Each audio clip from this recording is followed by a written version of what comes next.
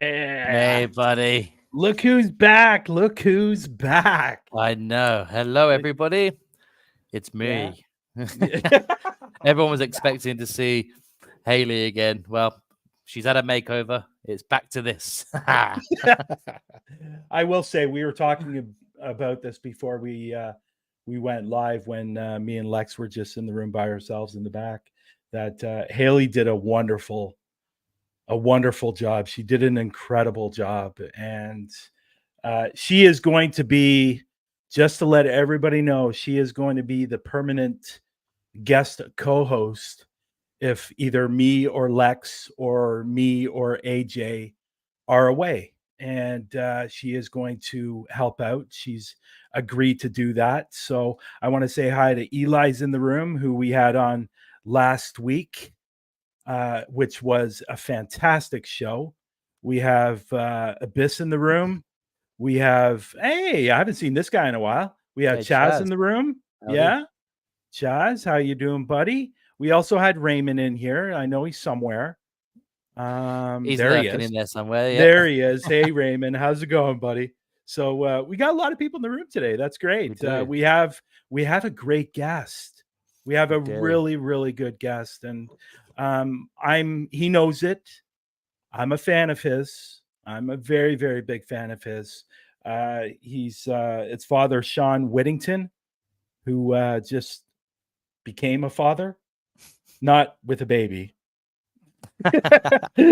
For any confusion out there, yeah. Yeah. So I'm looking forward to talking with him and talking about everything that's going on with him. He does have a show on Parapost. He does have a show on, it's the same show. It's on Parapost. It's on the Things Network, and it's also on the Pack Network. So I wanted to make sure I got the Pat Network in there because they don't get a lot of love. Right, Sean? They don't get a lot of love. So I wanted to mention them. But before we get started, I want to ask you how you're doing since you haven't been around for the last couple of weeks. Oh, yeah, I'm doing absolutely wonderful, mate. Chilling. I've got one more week left of work until I'm away on that project that you know about. So 2 weeks until I can tell everyone about that. But there you go. I'll have a medium 4, and I'm never escaping the McDonald's thing. I'm gonna have to buy. I will buy new headsets just to get away from it. I promise. At some point. Oh, Matt, we love you, buddy. Thanks for Matt. stopping by, man. Thanks for stopping by. Well, I was in a meeting with Matt earlier today, and we were going over merchandise stuff for the Global Ghost Hunt, which obviously is a week and a half away. So actually, is it just under a week and a half away? So we're getting down. It's the countdown starting, and I do want to let people know that the schedule did go out on Sunday, and something that I didn't put on the schedule. I didn't really want to put it on the schedule this time, but we are having an opening ceremonies and we are having a closing ceremonies for the end of the event. So we will be doing that as well. So just to let people know, but the very first investigation is going to be with Raymond and Spirit Mechanics on the Thursday. So that's going to be a great investigation. So I'm really looking forward to all of that stuff. And yeah, it gets busy, and yeah, we're on the laptop a lot, but it's a lot of fun. So I will bring that down now because I think everybody saw it. So yeah, anyhow, but obviously, so that all that stuff is going on with me. So getting ready for that. So there's not a lot going on, but other than that, and obviously we got our new segment now, Tea Time with Tanner. And so let's bring him up. Here's Tanner. Hey, buddy. Oh, can't hear you. We can't hear you. Yeah. Tea Time with Tanner is silent. I hope everyone watching the stream knows how to lip read, because that's what we're going to be doing today on this segment. We have to guess what's being spoken about. Yes. Oh, he had to go down. So we will bring him up. But Sean, Father Shawn is going to be a great guest. And you guys stick around and listen to Sean. I want to say Father Shawn all the time, but I just when I message him on Messenger, it's always just Sean. It's hard to get in there, Father Shawn. Would you not find it weird typing that out like all the time? Like if you're texting somebody, it's like, "Hello, Father Shawn." It would be. I'd find it odd. It'd be, You know, this is what happens. There's a certain sports station I listen to all the time. Here he is. There's a certain sports station that I listen to all the time that this happens. That the person's coming on, they're in, like, we're in Canada, they're in the States, and something happens with the phone.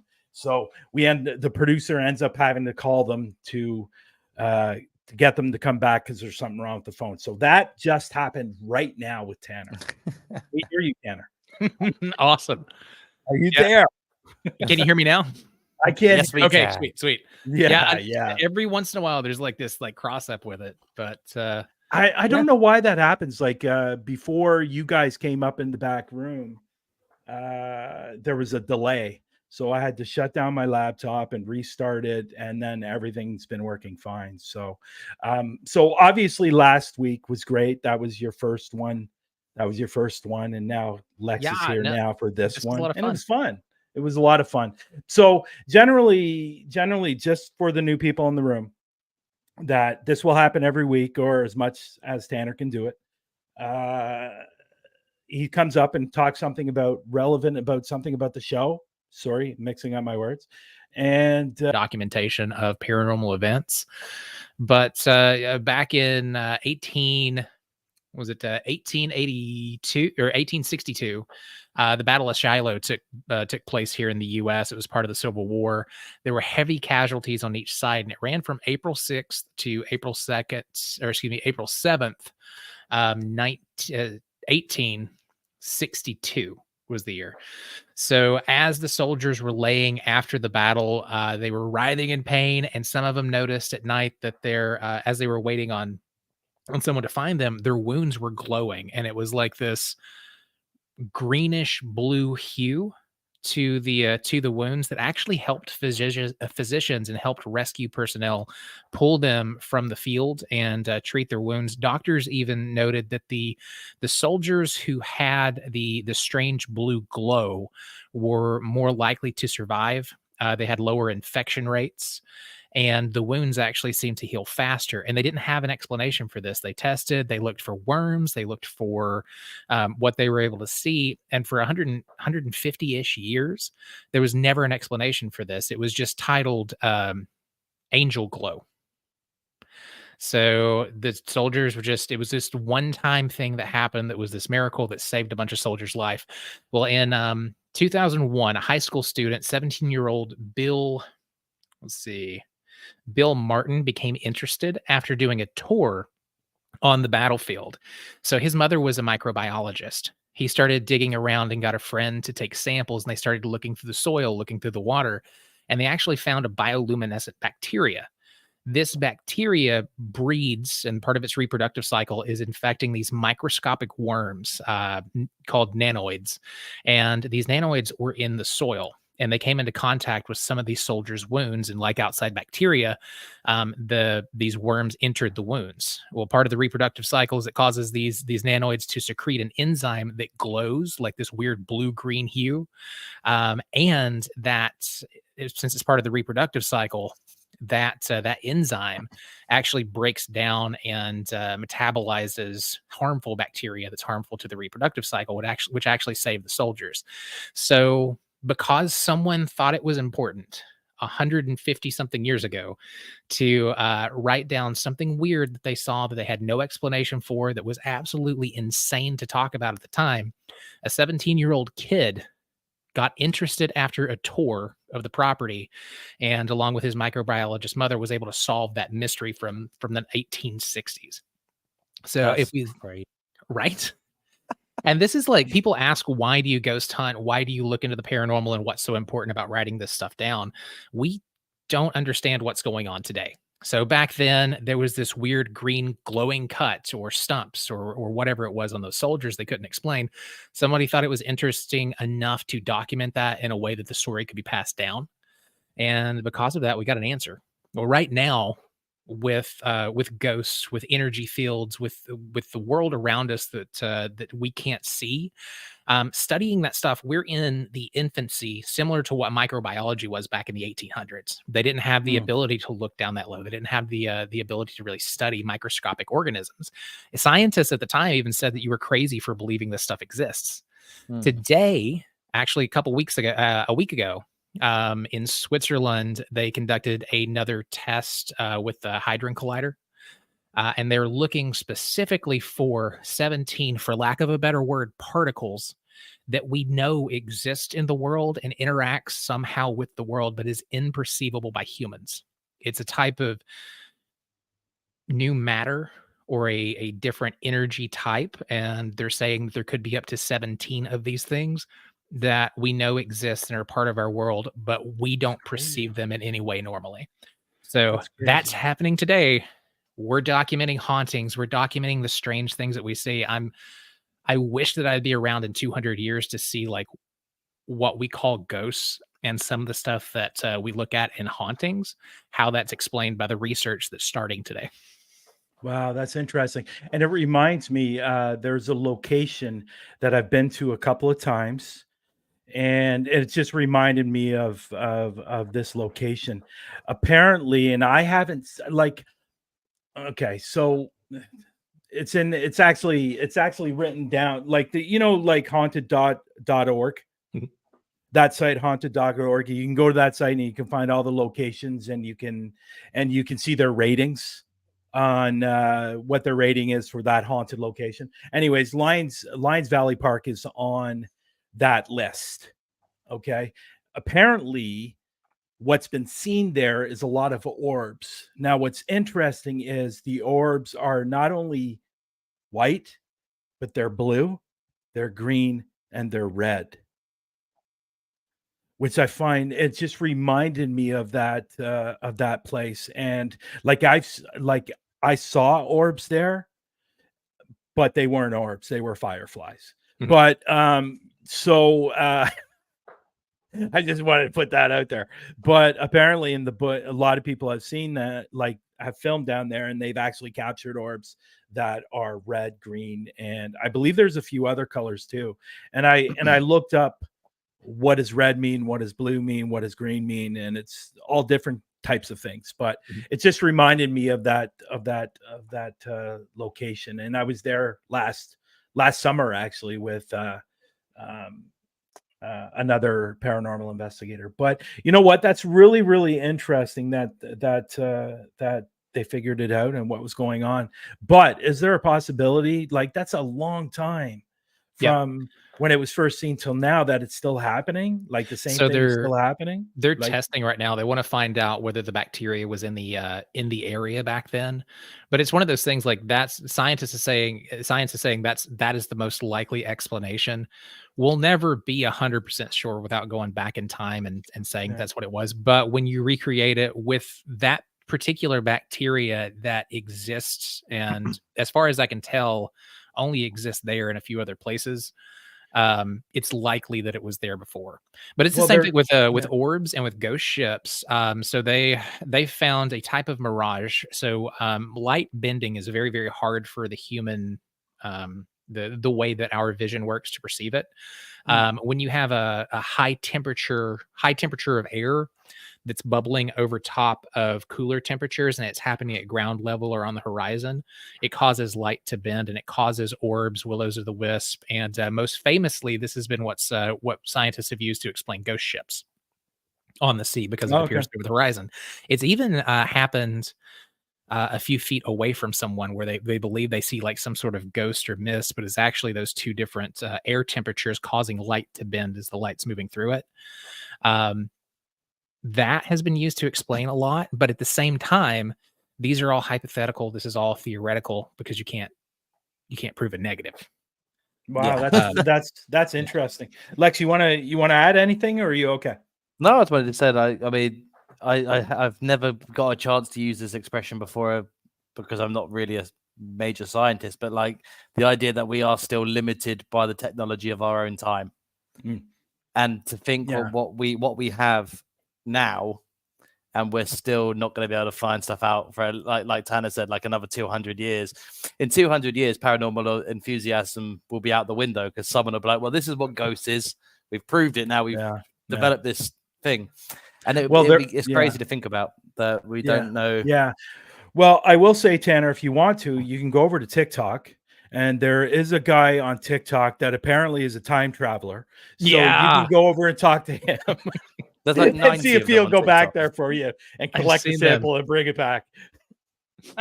Have you seen that guy? I have. Yeah. I've heard a lot about him too. I think he ran for president one year, or like one of the time travelers was trying to get elected as president on an independent platform. Like, I just want a message. I go, dude, you know what? Change either up your dosage or change your medicine for God's sakes. Like, come on.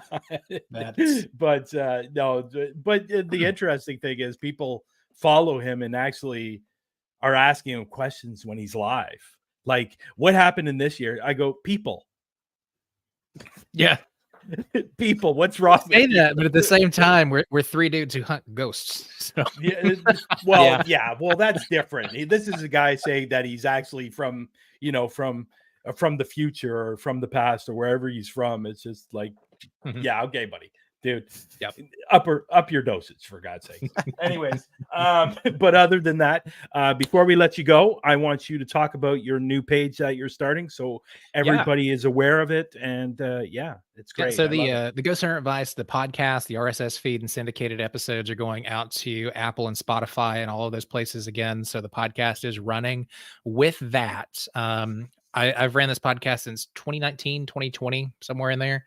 I get calls from all over the world for help on investigations and for people who are looking for, answers with hauntings and things they're experiencing. Around here and like the eastern side of the US, I can make it to those sometimes, but I can't make it to all the requests. So something that I started before we shut down the podcast was building the GHA Investigator Network. This is a worldwide network, especially here in North America, the UK, the EU countries, and Australia, basically English-speaking countries, English, French, German. Is there any way we can leave the UK out? They always seem to be involved in everything. You know what? It doesn't need saying. But we're putting together that network again. We put something together, and all of a sudden the UK sneaks in there. Yeah. No, but this is great. Go ahead. Yeah, no, this is a way. So when people contact me, I can't get out to do the field work. Now I can still consult and I can do the background and I can be involved in the investigation, but I need boots on the ground that can actually go in and do the vigils and do the field investigative parts of the investigation. So if you go to ghosthunteradvice.com and click on join the investigator network, you'll be able to just fill out that form. It used to be my guest fill out, so there's some stuff in there I think still says podcast, but fill that out and I'll set up a time to interview. If you're not super experienced, again, I'm going to be active with these cases and with you, so it's a good chance for some new people to learn. If you are experienced, these are people who need help. If it gets past the level of scrutiny that I put on a case before sending myself or anybody else in the field, there's probably going to be something there.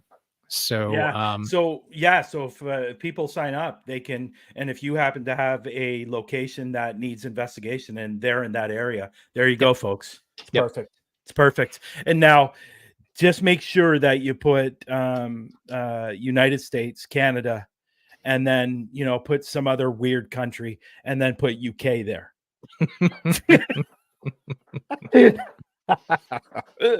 Thanks, buddy. I appreciate it. And we'll talk soon, man. Ciao. Take care. Bye, guys. Thank you. Thank you. There you go. No, it's great, man. I'm just loving this segment of the show and having Tanner come up and talk about whatever. And you like the saying, shoot the shit. Yeah. I just think it's a great segment anyway. Like, if we didn't have that segment, I would have had no idea about that story, and that's awesome. So I'm actually going to look into that myself after this. But that's very cool. It's definitely great. And Chris is making a pledge that he wants to be involved. I'm out west in Colorado, so he's obviously go over and sign up, Chris, and if anything pops up, Tanner knows who to turn to. Mhm. So now our guest, Yes. Mr. Father. Is it Mr. Do you No, go by I believe Mr. Father? Mr. it Father surely Shawn is. Whittington? Surely it's just father. You wouldn't say Mr. Father. Mr. Father Shawn Whittington. I think that's awesome. Imagine putting that in your business card. That's a hell Yeah. of a business card or a big business card. Mr. Father, very- Doctor, the whole Yeah. you get everything. Yeah. Well, Shawn has a podcast on Parapost Network, the Things Network, and Pat Network. He was also featured on the Travel Network, and I've always been a very, very, very, very big fan of this guy. I'm happy to have him. So here is Father Shawn Whittington. How's it going, buddy? How's it I'm going? doing good. How you guys doing? Is it We're okay doing that I very call well. you buddy It's instead of okay. father? Call me anything. And Lex, I'm on your side, Lex. I don't want to leave the UK out. I'm a Whittington, so I have a lot of Scotch, Irish, English in my heritage. And the Oh, last thing stop I it. want is you guys Stop it. putting a boycott on fish and chips. Oh, Well, I'm stop just it. saying, a lot of the best things in the world is because of the UK. Just saying. Stop it. And I Stop it. love that segment. It's like it's an interesting like paranormal current events infusion segment at the beginning of the show Yeah. with Tanner. I love that. That was really cool. Yeah. Last week we had Eli on the show, and Eli had an experience of passing away, dying, and then coming back. So last week he spoke about that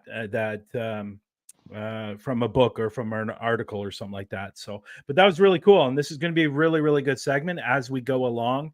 There will be different things coming up, and honestly, at the end of the day, Tanner's a great guy, and I love promoting his stuff, and that was another reason for him to come up as well. And he does a lot for paranormal investigators, especially with Ghosthunteradvice. So if you need some advice, you can just turn to Tanner.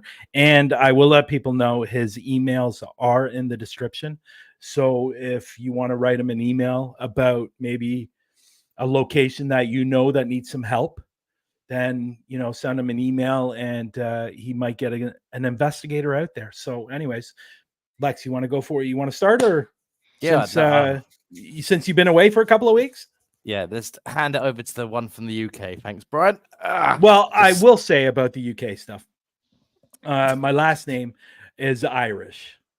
Well, it depends which part of Ireland, though, because one part of Ireland doesn't like us. So I'm not sure about that, but I'm also part Scottish, and I also have English in me. So the Scottish don't like us either. Yeah, well, Oh, it's fine. Yeah, but yeah, okay. So first of all, thank you for coming on, Father Shawn. I would like to kind of get a gist of, because this is my first I've heard of you today. So this is a really nice thing for me to do, to get to know somebody. So can you just give me a brief description of what you do with your podcast and stuff? Right at the moment, I didn't realize Tanner wasn't going to stay on the show, and I was all excited to ask him about the nanoids, and if the nanoids were any relation to the graboids from the movie Tremors. We'll pass that along. Okay. So apparently, Father Shawn he's got a little bit of a sense of humor. But I'll be here all week. What do I do? Oh my God. I wish, my wife asks me that question all the time. I don't know how to answer that. What do I do? Oh my gosh. Well, I'm a priest. And after that, I'm a husband, and that's about it right now. I just graduated the seminary, so the past, I want to say, almost 3 years was all that. Before that I was in the deep end without the floaties on, up to my neck in paranormal stuff, deliverance ministry, ghosts, demons, whatever, working cases. My wife and I still have Ghosts Be Gone, which we've had for 20 years. But I knew that, here I am entering the seminary at the age of 60, and I was never a really good student to begin with. I knew it would be hard.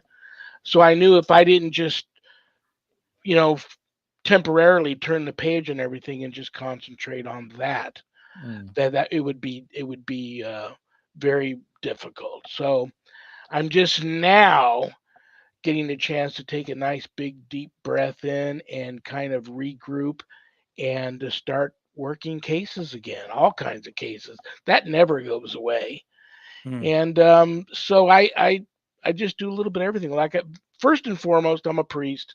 I'm working on building my ministry now, and that's coming along really nicely. So I'm excited where God is going to end up sending me, what path with that.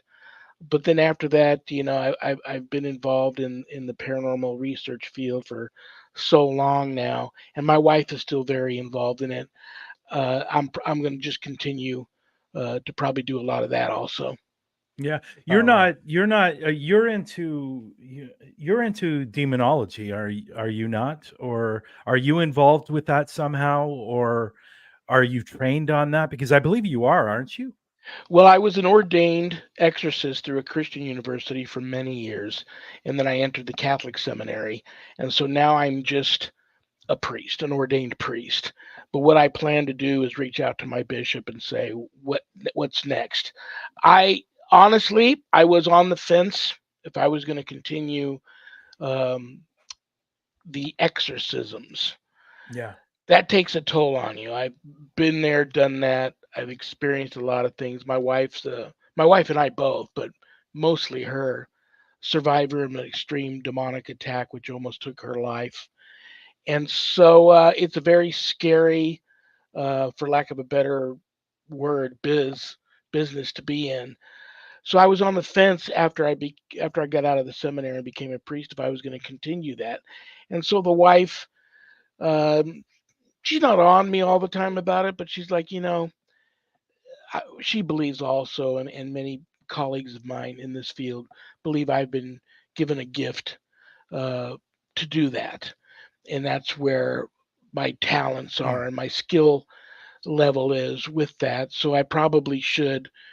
And so many people need help. I mean, it's just you would just do this if you saw the caseload of me and the team, because it's just never ending. It's so many people that need help with that sort of thing that I will probably now start to um, delve into my bishop's demonology courses and classes Yeah, and continue yeah, on. and I'm interested in that because I've all yeah, I'm interested in that because I've always kind of wondered what would be what would you have to see, or what would the people have to be experiencing for you to take them seriously when it comes to demonology?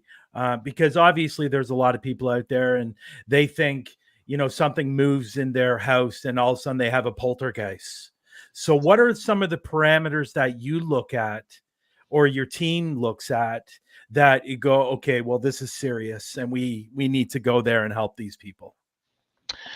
Well, if somebody calls me and says I'm possessed, we know they're not.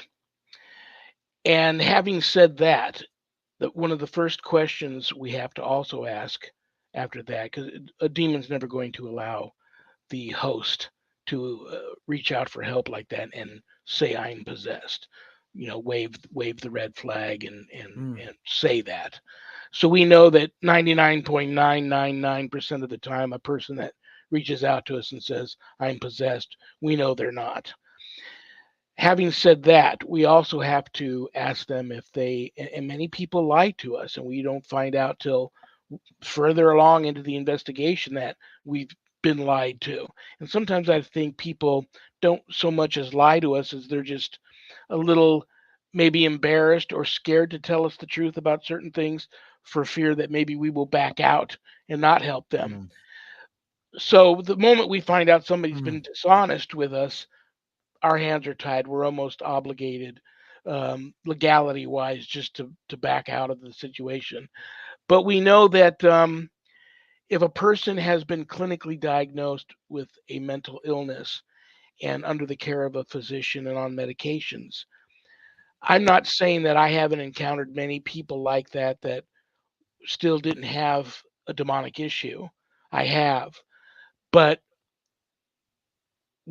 it's so hard to proceed from that point once we realize that, because many times the family and the doctors will not allow us to do what we do because they thoroughly believe that it is just a mental illness and the meds and they're under treatment and all that. Like I said, having said that, I have unfortunately met some clients that I do believe truly were battling some demonic forces in their life, but they just so happened to be clinically diagnosed with a mental illness and under the care of a physician, and we couldn't touch them, and that's really sad to have to cut somebody like that loose. Um, but I haven't sat down in a while with our abbot to find out exactly how he does things. I know, me personally, if somebody reaches out to me for help, my wife and I send them an intake form. It's a very large form. We require everybody in the household to sit down as a family unit and fill out this form together. And it may take the family 2.5, 3.5 hours at one sitting to completely and thoroughly fill out this intake form and then send it back to my wife and I. Now, before we read the intake form, I've already had maybe one, at least one, maybe two phone interviews. Sometimes I even get my wife in on it and she'll have a phone interview with the people. Then my wife and I sit down and we read over this intake form and we bounce off our ideas to one another and what we think and point out things to each other, what we think are points of interest in this intake form. Now, there's many people that, for whatever reason, and we think it's probably demonic influence, they reach out for help, they want the help, you send them the intake form, and they just don't get it done.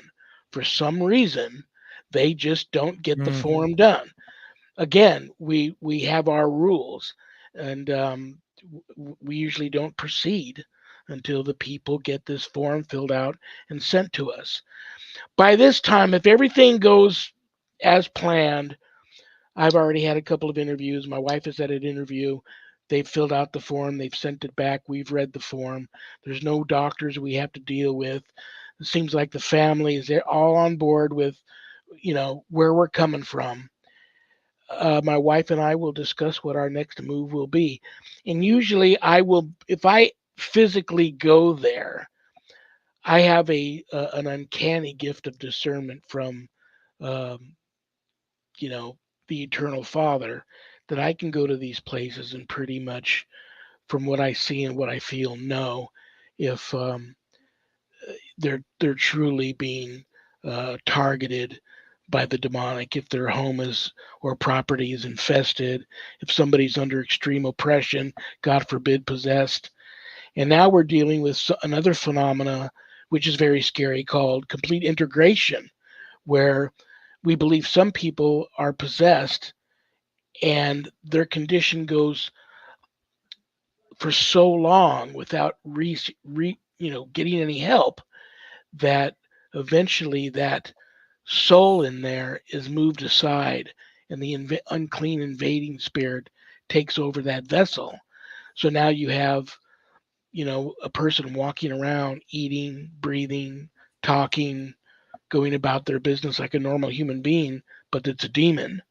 And you see some of the violence that people perpetrate on one another nowadays, unlike things that I've ever seen in the 64 years I've been alive. People, what they've been doing to each other, and sometimes what you're looking at is that exact situation.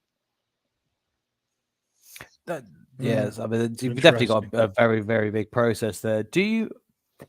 Have you found in the time that you've been doing this kind of stuff that the evolution of the mainstream perception of the paranormal and especially the demons in general, that it's making things a lot harder for people like you to do what you need to do? With obviously YouTube is an infestation of demons, apparently. If you've looked through that, everyone's got demons in the house according to YouTube. But do you think the movies and stuff like that isn't helping the case? Well, we can go all the way back to, I mean, even before that, but we can start right at the movie The Exorcist, which was based on a true story. Great movie, but since then, the movies are a little bit over this. Most of them a little bit over the top with what they show on the screen, which what really goes on, and it's that's okay. It's entertainment. Usually, it's not. It can be very similar, but usually it's not that over the top like some of the things you see.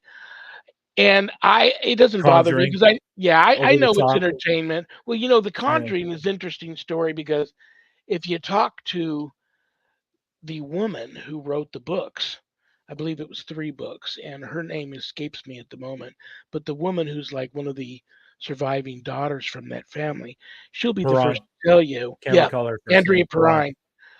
Perron, yeah. She will tell you Yeah. that nothing in Perron, that yeah. movie is true. So, and the Warrens weren't even really involved in that case. She'll be the first to admit that and tell you Well, that. what's really funny about that, Sean, is this big movie that they did. It made it like the first one. They made it seem like they were there for weeks doing investigation. In fact, they were kicked out of the house in the first night that they were there. They didn't even stay the whole night. They were only there for a few hours, apparently.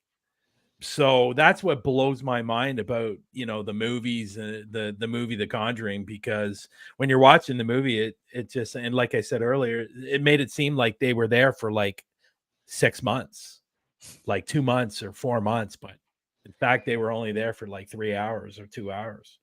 So Well, don't get anyway. me wrong. I love entertainment just like the next person, and I loved the movie.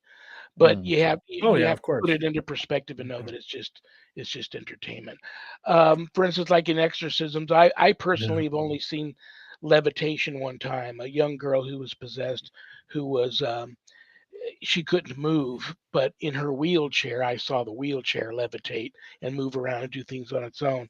But the type of Oh wow. levitation in The Exorcist, I've never seen that. I do have colleagues that have seen that. I've seen many eyes that have rolled up and been all white. I've never seen the all black eyes. I know friends, colleagues in this field that have seen that. So it all depends. It's all different. No one case is just like another. But you know where I find the real problem? It's in our own community. You have the guys that are uh, not so much. At one time, it was every parapsychologist you met was the master debunker. It's not so much anymore, but you have a lot of the ghost hunters, paranormal investigators that are so uh, stiff and rigid when it comes to how they investigate. For them, it is all science. I am of the belief that it has always been, still is, and will always be a spiritual adventure. I don't think even in 200 years, and the 3 of us will be having this discussion in heaven one day, and we'll have a good laugh over what we know then that we don't know now. But I believe it won't be Oh, much. Lex is definitely not going to heaven. I don't believe Lex it'll is be much definitely not different. going to heaven. I've got reservations with the other guy. So you might ultimately you might end up needing my help after all. So let's keep in touch. I'm stuck inside this human. Get me out. Oh, that's hilarious. I don't think it's going to change much. I don't think the 3 of us will be able to invite a ghost in here and sit and get him on camera, get him or her or it on camera and have an interview. So the scientific method, it's all great. I respect that and I appreciate that. And it's interesting to watch, but it's, it is what it is. I still believe, I come from a very spiritual angle. My wife's a sensitive, intuitive, near-death experience survivor and a minister in the Lutheran Church. We've been there, done that. We've seen things that can't be explained. We both are survivors of extreme demonic attacks. One colleagues in this field that I've spoke to believe I actually did die for a brief time during my attack, and my wife wasn't supposed to survive her attack either. So I think ultimately what I want people to know are these things are very real, and just to be careful what you say and what you do.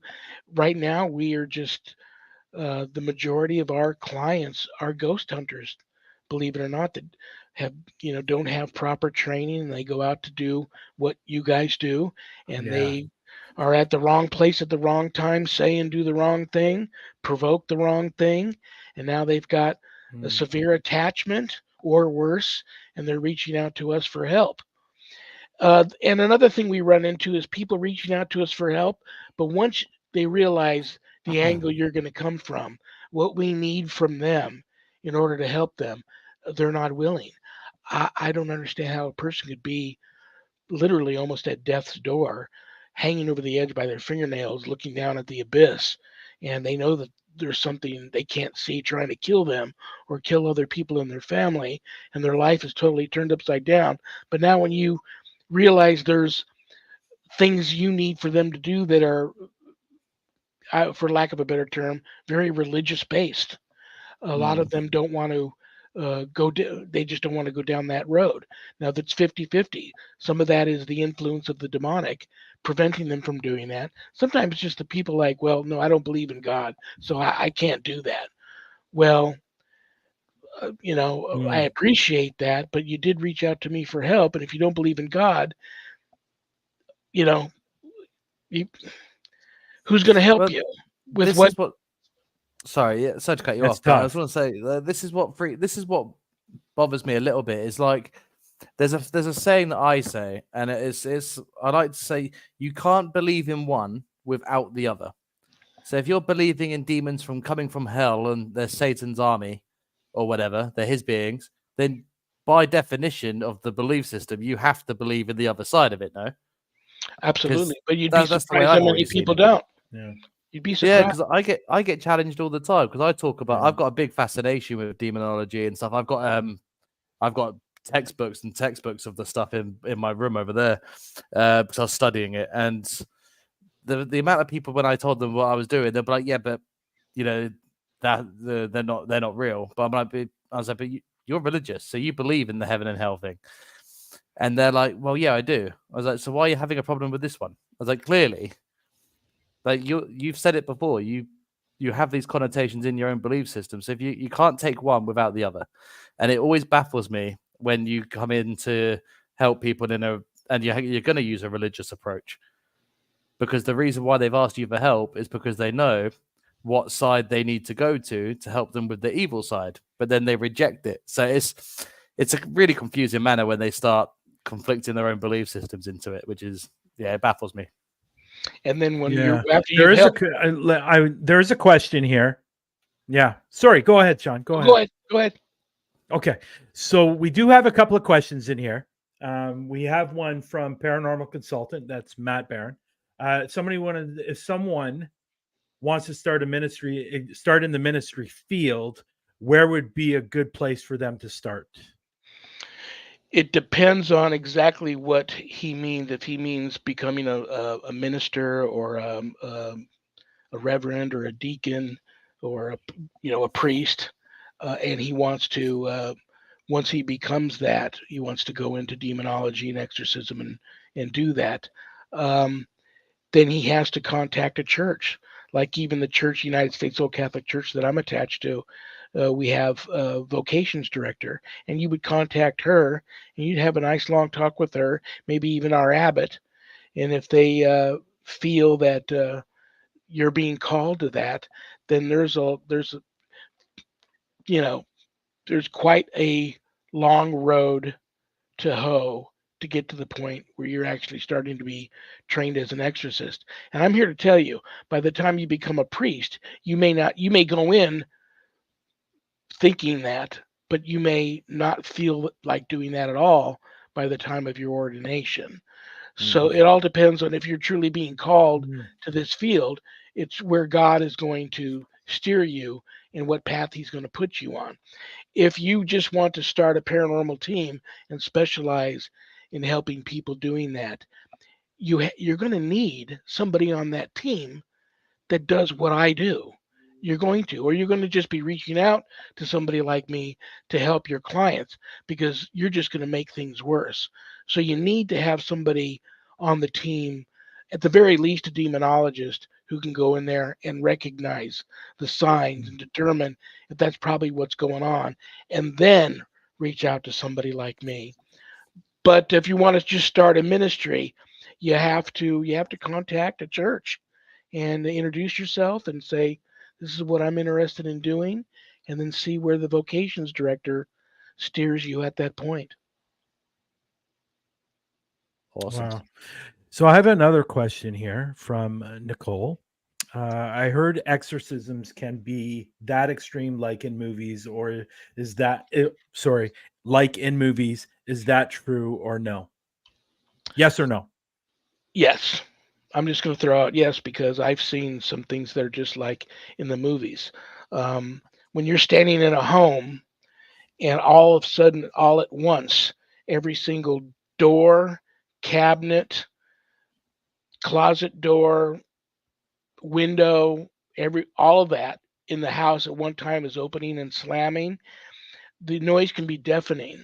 And you can stand there, and if you haven't experienced it, and say, "Oh, that wouldn't be no big deal." I see that all the time in the movies. So if I'm seeing doors opening and slamming by themselves, and drawers opening and slamming, and windows opening and shutting, I'd be able to handle it.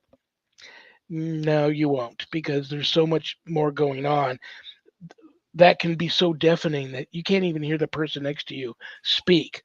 I'm also here to tell you that it's nothing like. I was a ghostbuster for 20 years before my wife and I went on our first case where we truly believed the demonic was present, and we didn't know what we were doing. And so I remember trying to communicate with this whatever was there with a Ouija board. I know I'm going to get hate mail for this, but I won't use them anymore. And I wish I hadn't used it that night, because that led to years of just badness and darkness in our lives. Whatever was there followed us home, took residence up in our home here for about 2 months. My wife was the primary target of that attack. And after all was said and done, I didn't know what to do. So I reached out into the paranormal community for help. And God bless them, if for once they came through for me, and they introduced me to my then mentor, who's retired now. She was an ordained exorcist. She took me under her wing, and she taught me how to fight this thing and get it out of the house. And afterwards, she saw something in me that I didn't see in myself, and said, I think you're being called to this field. And if you'd like to continue your training, I can make it happen for you. Well, I had just started the training, and I was scared. And the reason why I said yes was because if that ever happened again, I wanted to be ready and know what to do. But right after that, my wife started coming down with all of her symptoms, which were, here she is, the healthiest person that I knew, didn't drink, didn't smoke, no history of cancer in her family. And overnight, bam, she comes down with 3 very rare forms of cancer. Now, she's a minister, so she does a fair amount of counseling people, and gets her preach on from time to time. But here, she got tongue cancer, so she couldn't talk. That spread to throat cancer. Oh, wow. She got medullary thyroid cancer, which spread to lymph nodes in her neck. The attack was diabolical. And so we were told she wasn't going to survive, and I needed to take a break from my training, because I needed to concentrate Of on course. her surviving. And she went 8 Yes. months not even being able to talk, couldn't swallow water for 4 months, had a feeding tube in for over a year, several operations, a lot of Jesus. chemo, a lot of radiation. So she's not expected to survive this. But I decided to continue. I'm still getting all these cases coming in. And so I'm taking some training, walking away from it for a little bit, helping my wife, going back into my training a little bit, going back and helping my wife.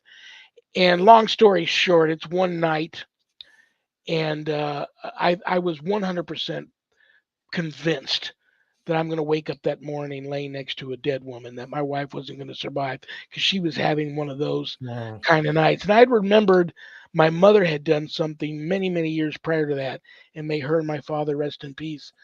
My father was dying of an incurable disease, and my mother did this thing, and I remembered that night.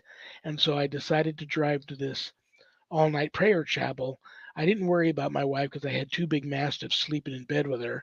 I knew she'd be okay. But I went to this all night prayer chapel around the corner, and I crawled on my hands and knees from the front door all the way to the altar, threw myself at the mercy of the court, if you will. And I laid there for probably 2 hours talking to whoever would listen. Please, spare my wife's life. I'll do anything. And then all of a sudden, I got this Yeah. feeling that it was Yeah. okay for me to go home. So I'm driving home, but I'm still scared, thinking I'm going to walk in and, God's ready to let me down easy because I'm going to find my wife dead. But I come in there and my wife's still breathing. So thank you, Jesus. But then my phone starts to ring. And this is like 3 o'clock in the morning. And I see it's a back east call from New York. And I had a very close friend who I'd known all my life, named Russ, who was dying of advanced colon cancer, and he's on his deathbed. I just spoke to him a few days before, and I mean, I didn't even think he was going to make it through that phone call, but I realized it's probably him. I pick up the phone, it is him, but he sounds phenomenal, and I'm like, "What's going on with you, buddy?" Now you got to understand, Russ, nicest guy you'd ever want to meet on the planet, always have your back, would take a bullet for you. He's just an atheist, didn't believe in God, diehard atheist. Mm. And he says to me, I go, Russ, Shame on him. Shame on him, the He atheist. says to me, I have to call Shame on you. him. But yeah. He says, I had to call you because I just saw God, and God told me to tell you that Sharon's going to live and that you need to continue fighting those responsible. Oh. Because I had no intentions on. I had decided at that time I was going to leave the field of deliverance ministry and not continue because it was just too much. And he was right. He died just moments after that. And my wife did. She made a miraculous turnaround, and she's still here with us today, Wow. eating normal, talking normal, back to work. Um, we have 2 full body CTs and MRIs done on her twice a year. No signs of any of the diseases metastasizing anywhere. So I jumped back up on the horse and continued my training because, I'm being called Yeah. to it. And that's what I mean by being called to something. People call me all the time and want to be an exorcist. And I go, no, you don't. I wake up every morning and pray that I never have to take authority over another exorcism again because it's a scary, ugly, horrific thing that you don't want to have to witness. And this is it, Sean. Like, honestly, I always tell this story because I'm always asked, because of my ability of seeing spirits, I'm able to see, I don't want to I call them regular spirits or just spirits. And then, I also am able to see more of a negative. I don't like the word demonic, but more negative energy that would be considered a demonic. And I remember when I was about 18, 19, when I saw my very first one, I knew what it was right away. And it's interesting because I always walked by this house and I knew something bad was in that house. I never liked walking past that house. And it was one of those type of houses that people would go to party in, like all the kids every weekend. So I was always invited to go.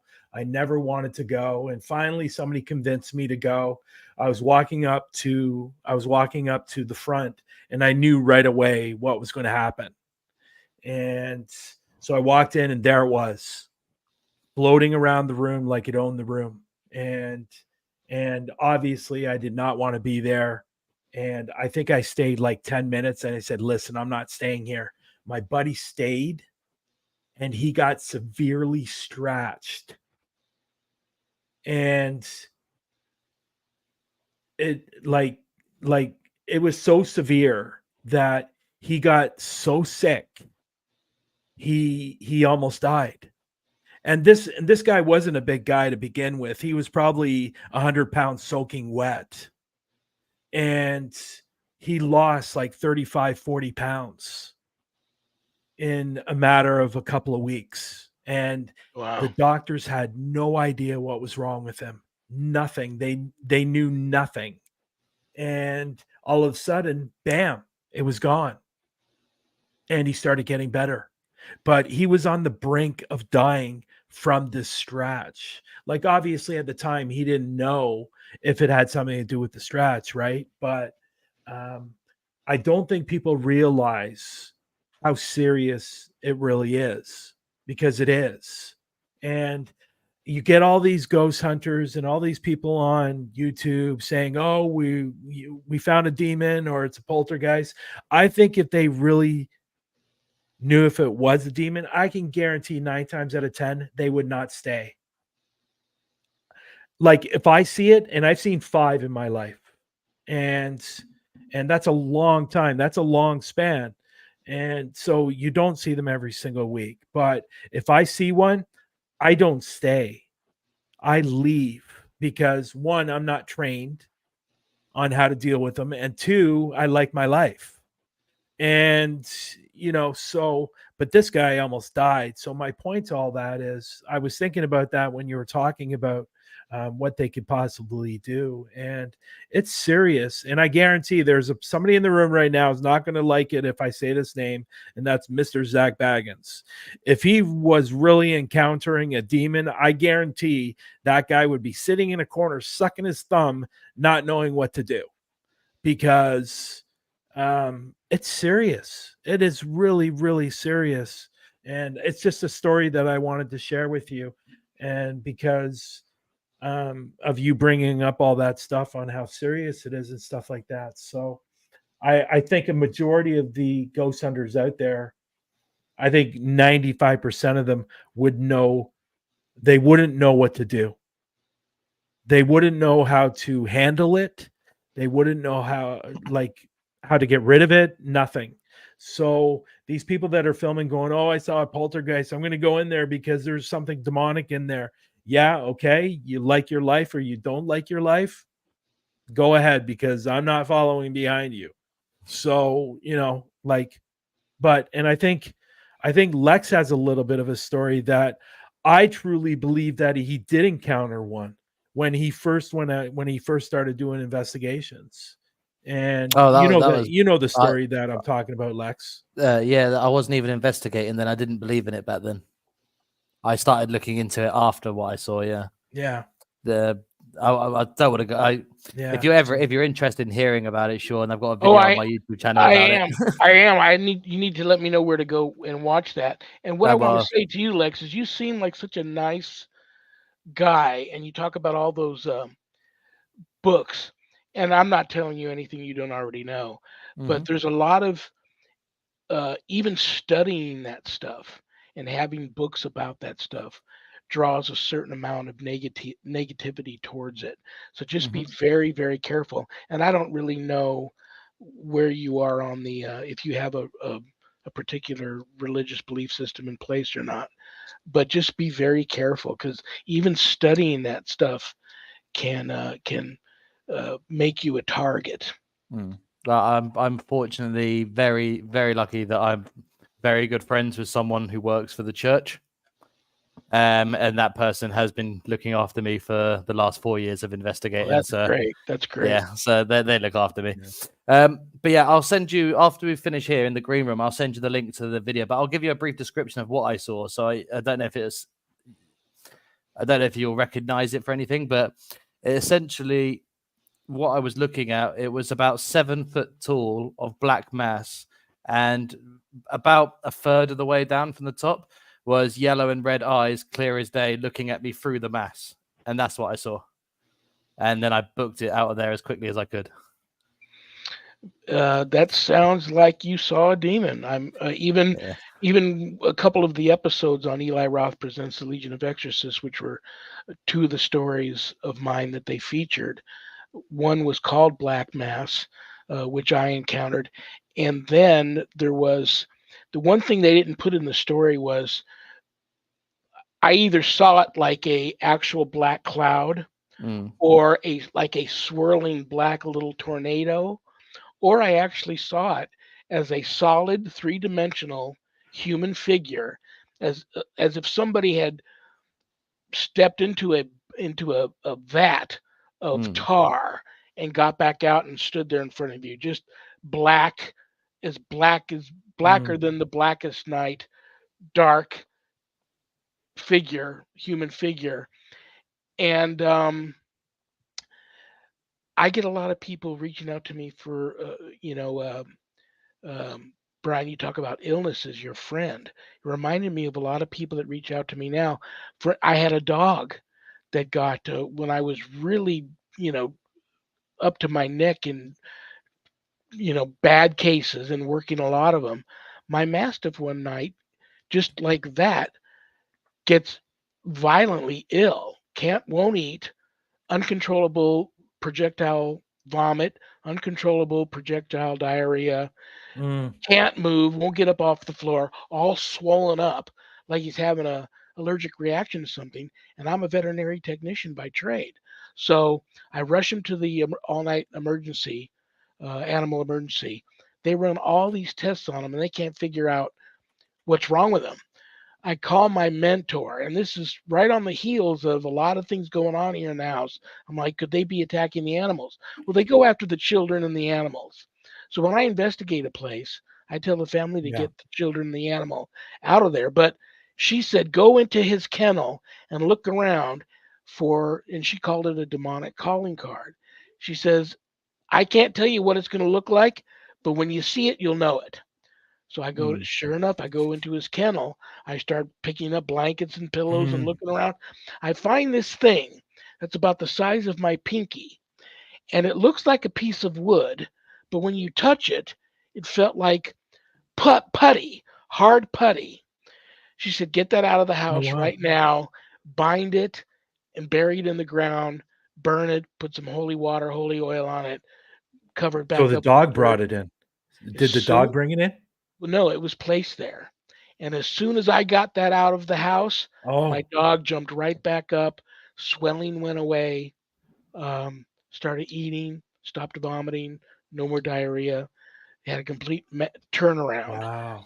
And then I have people that have these dreams where they get vomited on. And usually it happens in dream, but I was in a case where luckily this is like COVID time. So I had a mask on and my glasses, and I came face to face with this 3-dimensional black entity in an attic.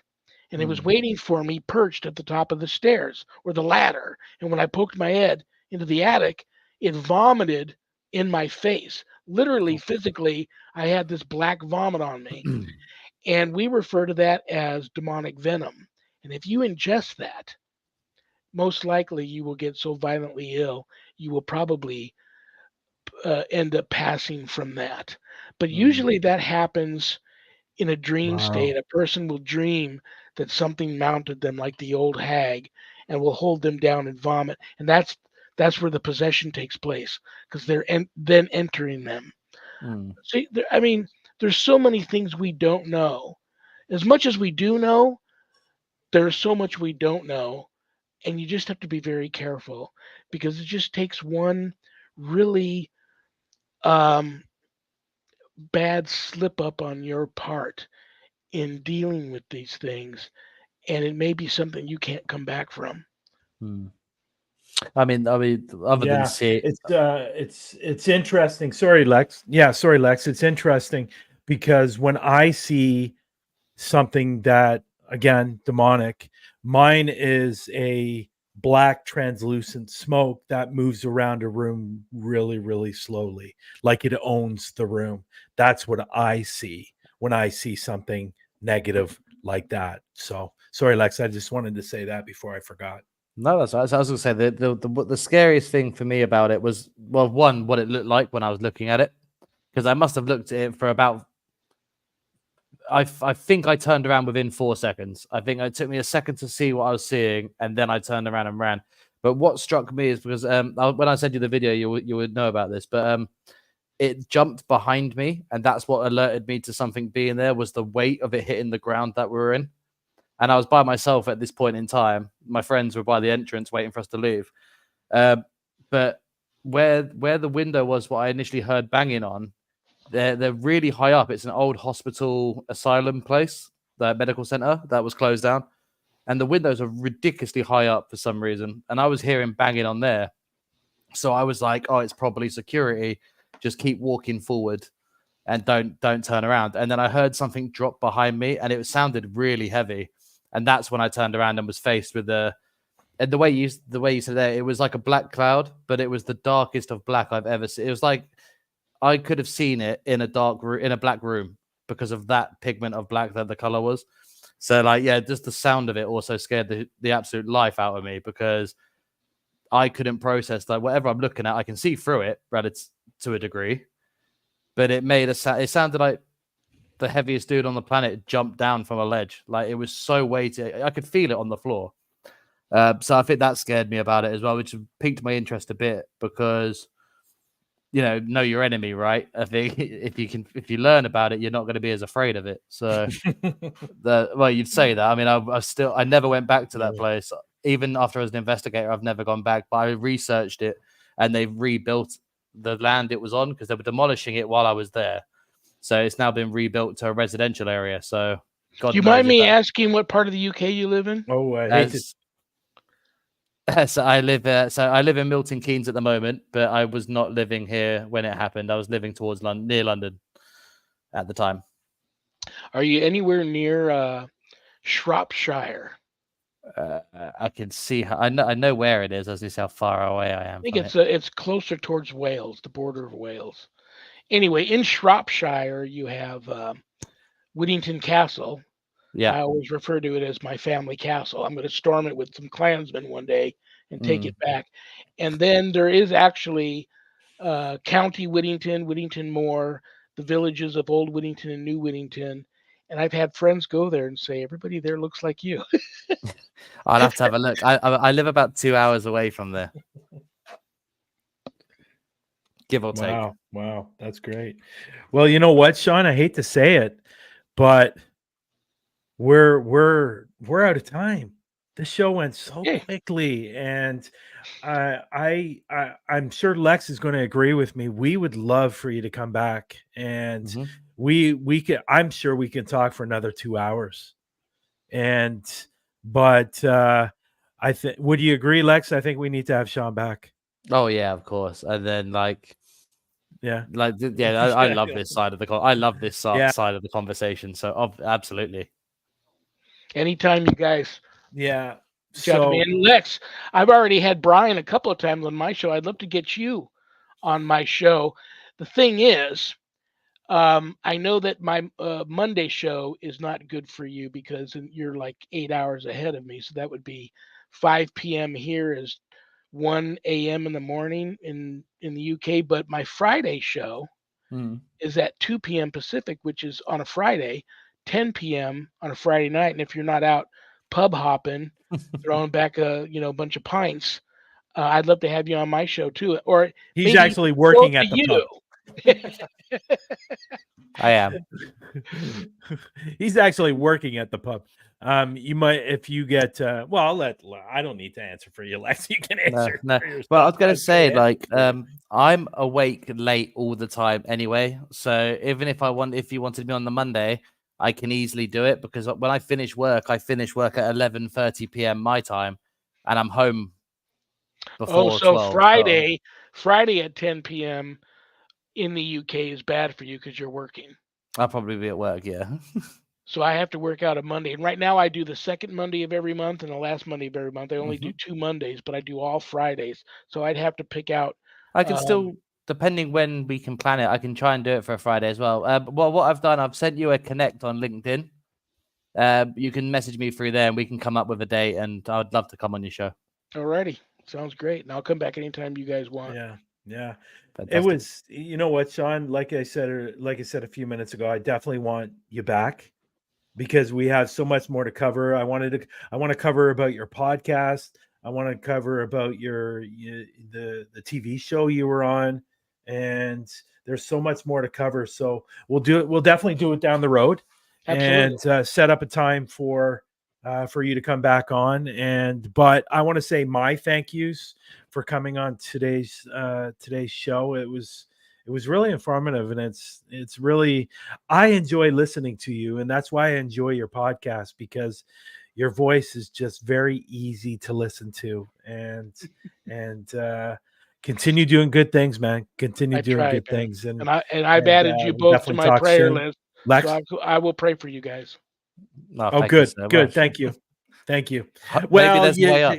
Lex will need about 3 or 4 of those. maybe I can come back up. I don't know. We'll see. But no, I was want to say it has Yeah, been an maybe. absolute pleasure to talk to you.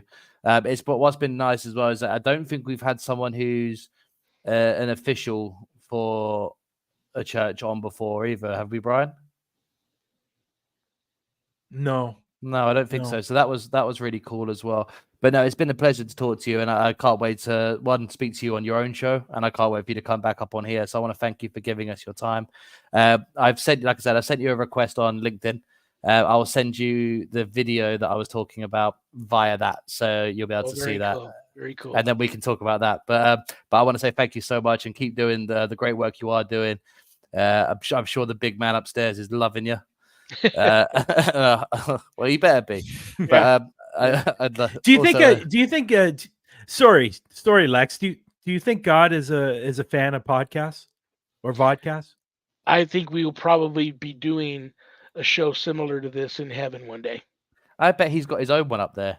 He's got his own. Yeah. We'll probably Gabriel's doing a guest on. Sorry, Lex. Go on. Sorry, Lex. No, I just want to say I really hope that the people watching this at home and listening on Spotify or whatever they're using to listen to us, I really hope they've enjoyed you being on here as well. And if I would urge them to again send in questions to us for down the road if they have anything they want to ask you when you come back. Very cool. Very cool. God bless you both. Thank you. Yeah.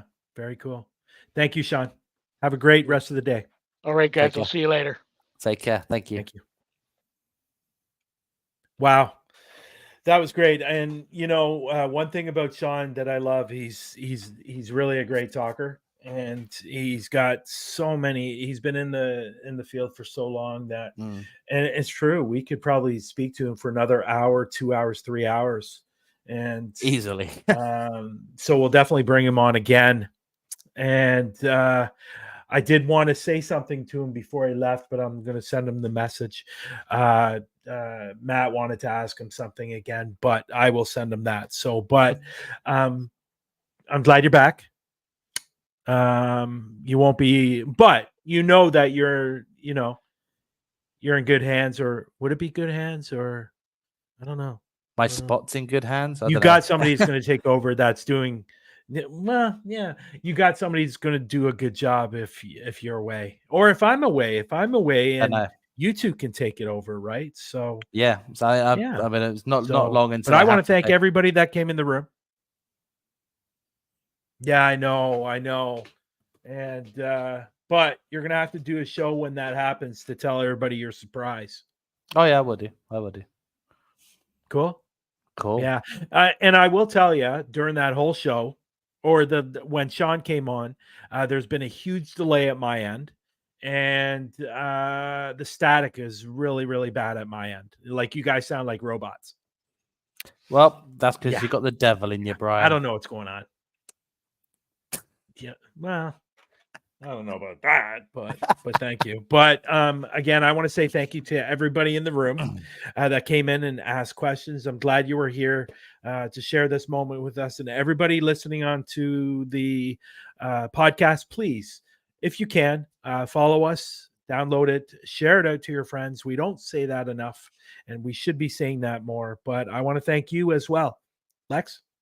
Yeah, absolutely. I want to thank first Tanner for tea time today. That was a phenomenal segment. Thank you once again. Thank you again, Father Shawn, for popping up and speaking to us as well. And to each and every one of you that listens to the show and shares it out. We absolutely adore you. So thank you for that as well. And we hope to see you here again next week.